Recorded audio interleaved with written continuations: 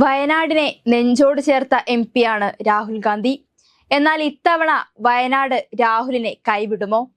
വയനാട് രാഹുലിനെ ചതിക്കുമെന്ന രീതിയിലുള്ള കണക്കുകളാണ് ഇപ്പോൾ പുറത്തു വരുന്നത്. എക്സിറ്റ് പോൾ ഫലങ്ങളിൽ നിന്നുമാണ് ഈ കണക്ക് പുറത്തു വന്നത്. വയനാട് മണ്ഡലത്തിൽ കരുത്തുറ്റ പോരാട്ടമാണ് നടക്കുന്നതും.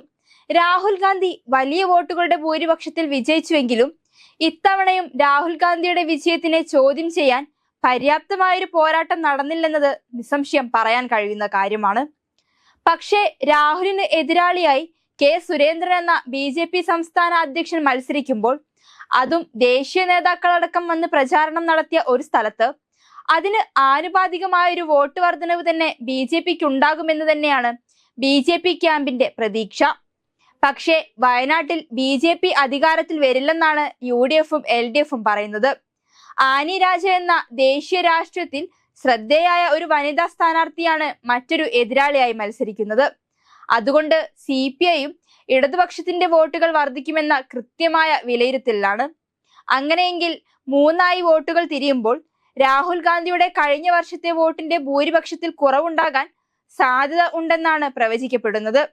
വയനാട്ടിൽ നിന്ന് ജയിക്കുകയും അവിടെ നിന്ന് ലോക്സഭയിലേക്ക് എന്ന പ്രചാരണം പോലും ഇപ്പോഴും UDF ക്യാമ്പ് നടത്തുന്നുണ്ട്. എന്തായാലും അത്രയേറെ പ്രാധാന്യമുള്ള ഒരു മണ്ഡലമായാണ് UDF ഈ മണ്ഡലത്തെ വിശേഷിപ്പിക്കുന്നത്.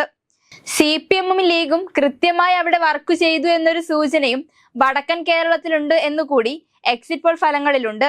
ചിലപ്പോൾ വടക്കൻ കേരളത്തിലായിരിക്കും LDFന് ആശ്വസിക്കാനുള്ള വിജയം ഉണ്ടാവുക. വടക്കൻ കേരളം തന്നെയാണ് LDFന്റെ ഏക പ്രതീക്ഷയും. കാരണം കാസർഗോഡ് മുതൽ പാലക്കാട് വരെ പരമാവധി വിജയിച്ചു കയറുമെന്നാണ് LDF പ്രതീക്ഷിക്കുന്നത്. കാരണം ഏറ്റവും കരുത്തരായ അല്ലെങ്കിൽ ഏറ്റവും മുതിർന്ന സ്ഥാനാർത്ഥികളെ അണിനിരത്തി മത്സരം കൊഴുപ്പിക്കാൻ രംഗത്തിറങ്ങിയതാണ് LDFന്റെ ഏറ്റവും വലിയ ആത്മവിശ്വാസത്തിന്റെ ആണിക്കല്ലായി കണക്കുകൂട്ടുന്നത്. അതേസമയം BJPക്ക് സംസ്ഥാനത്ത് വലിയ സാധ്യതകൾ ഉണ്ടെന്ന് പറയുമ്പോഴും വടക്കൻ കേരളത്തിൽ കാര്യമായ പ്രഭാവം ചെലുത്താൻ BJPക്ക് കഴിയില്ലെന്നാണ് എക്സിറ്റ് പോൾ കണക്കുകൾ പറയുന്നത്. കാരണം വിജയ സാധ്യതയുള്ളവരുടെ പട്ടികയിൽ വടക്കൻ കേരളത്തിൽ ഒരു സീറ്റും BJPക്ക് വരുന്നില്ലെന്നതാണ് ഏറ്റവും ശ്രദ്ധേയമായ കാര്യം. ഒപ്പം കാസർഗോഡ്, കോഴിക്കോട്, വടകര, പാലക്കാട്, മലപ്പുറത്ത് 2 സീറ്റ് പരിശോധിച്ചാലും ഇവിടെയൊന്നും കാര്യമായ വോട്ട് വിഹിതത്തിൽ മാറ്റം വരുത്താൻ കഴിയുമെന്ന് പ്രതീക്ഷയുമില്ല. 2 സ്ഥാനാർത്ഥികൾ തമ്മിലുള്ള കടുത്ത പോരാട്ടമാണ് ഇവിടങ്ങളിൽ. 2 മത്സരാർത്ഥികൾ തമ്മിൽ കടുത്ത പോരാട്ടം നടക്കുമ്പോൾ മൂന്നാമത്തെ മത്സരാർത്ഥിക്ക് കാര്യമായ മാറ്റങ്ങൾ വരുത്താൻ സാധിക്കില്ലെന്നാണ് പറയുന്നത്. പക്ഷേ പുറത്തു വരുന്ന എക്സിറ്റ് പോൾ ഫലങ്ങൾ LDFനെ സംബന്ധിച്ചിടത്തോളം ചെറിയ ആശങ്ക ഉണർത്തും.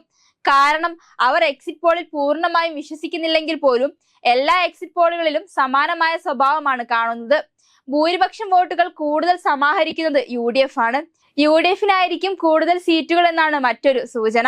തൃശൂരിലടക്കം BJPക്ക് സീറ്റുകൾ ലഭിക്കുമ്പോൾ ആ സീറ്റുകൾ വടക്കൻ കേരളത്തിൽ നിന്നും കുറയുകയാണ്.